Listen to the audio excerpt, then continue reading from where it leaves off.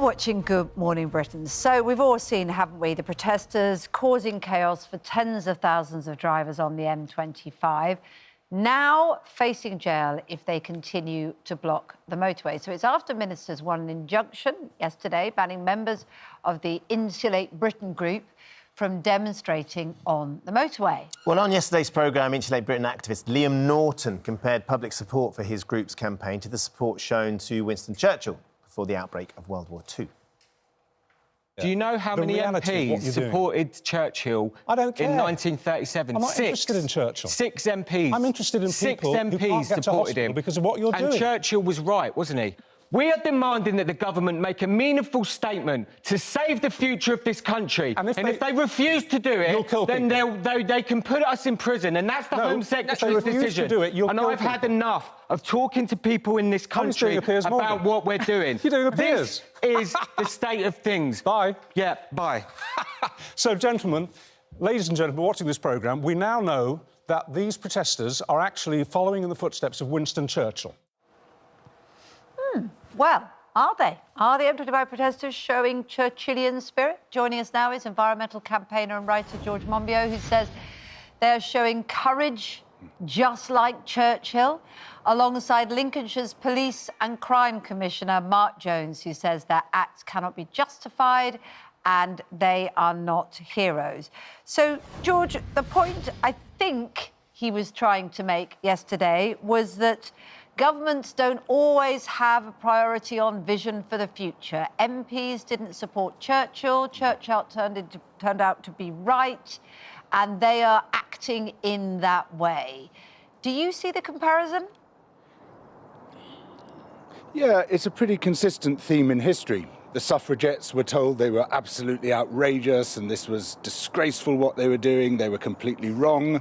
Gandhi was told the same. The civil rights movement was told the same. And we now look back on them from the perspective of history and say, well, of course they were right. But that's not how they were perceived at the time. And the same applies to Churchill. You know, he swam against the flow of appeasement and he was laughed out in a very similar way to the way Liam was laughed out of your programme yesterday.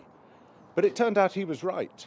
So in that respect, in terms of being vindicated by history, I think people taking direct action to try to wake people up, to try to say, look, this is the greatest catastrophe humanity has ever faced, the collapse of our life support systems, I think they will be vindicated by history.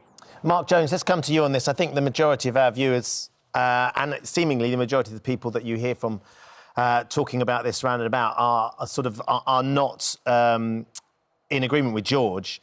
Gary's saying Churchillian spirit, no, they're just a bunch of irritating morons. They're dangerous. This is Derek. They're threatening lives. They're just idiots. And that's the concern here, isn't it? Regardless of what their campaign and the themes of their campaign, the actions and what they are doing is causing more of an issue and certainly endangering lives at the same time.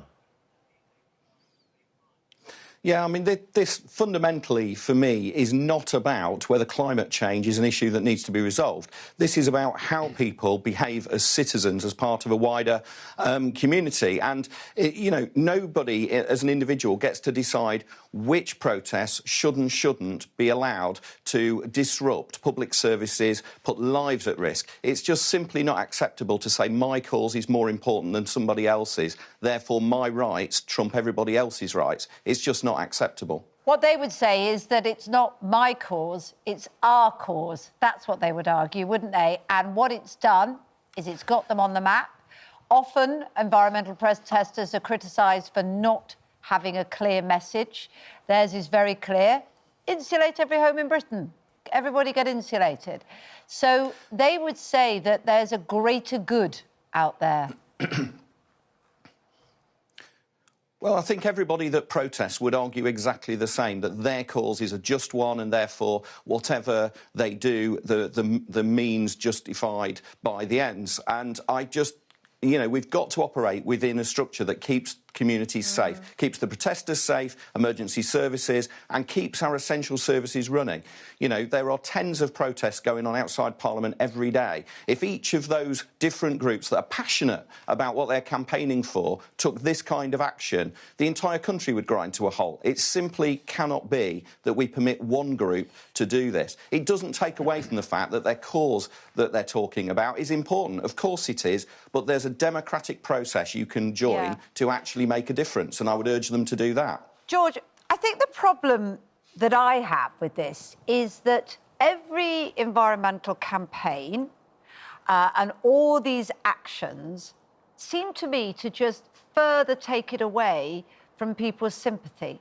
So, you know, you look at the headlines today, facing apparently a winter of discontent, huge rises in bills, massive problems with supplies, worries about getting even the simplest things treated, and ambulances turning up at your door. And in the midst of this incredible pressure that people are under, they suddenly can't get to work. Their lives could be at risk.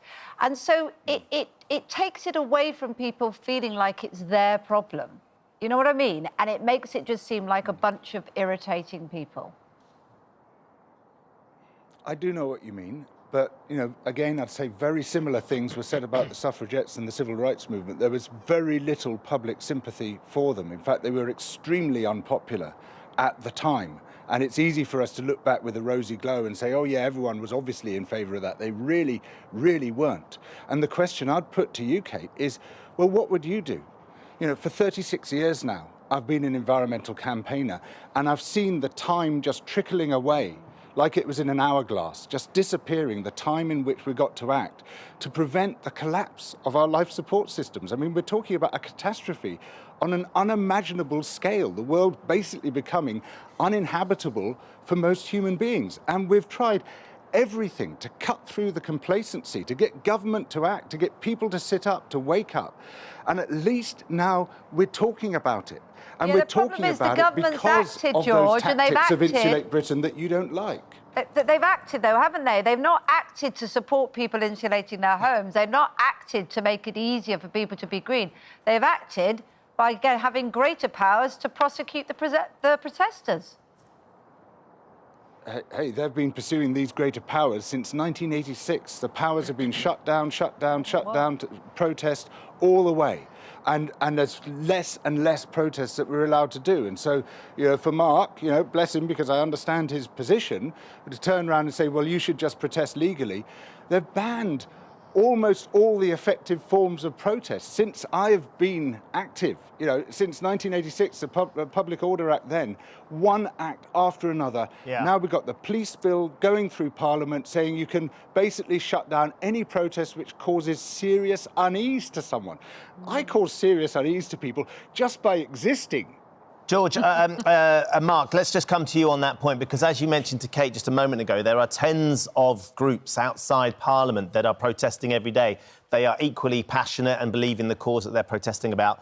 But we don't know what those groups are individually. And the reality is Insulate Britain have got their message out. They've got their story out. We're still talking about it today. And it's a pretty simple goal that they're trying to get the government to address. And if that's the point of raising this issue and getting people talking about it and what it is, then it's been pretty successful, regardless of how we feel about their motives and what they're doing to make it work. Well, I would arguably say if you ask people that couldn't get to hospital because of their actions, if you ask people that couldn't get to work, children couldn't get to school, ask them whether it was successful, and I think you'd get a different story. I think, you know, you can judge success by a publicity stunt and say, well, we got on the news. Well, OK, you've been successful in that. Has it actually resolved the issue? And the honest truth is no. The way to engage with this is through the democratic process. The suffragette movement, you know, that was about 50% of adult communities not being able to have the vote. Well, we're not in that position. We can all go and vote. We can all stand for election, do this properly, take part in our society, don't try and subvert it. Well, it's a fascinating... Hang on here, Mark. We've got governments... We've got governments around the world just not taking action. And we're talking about 100% of us facing disaster if action isn't taken, and governments are just sitting on their hands, not doing anything to save us from catastrophe.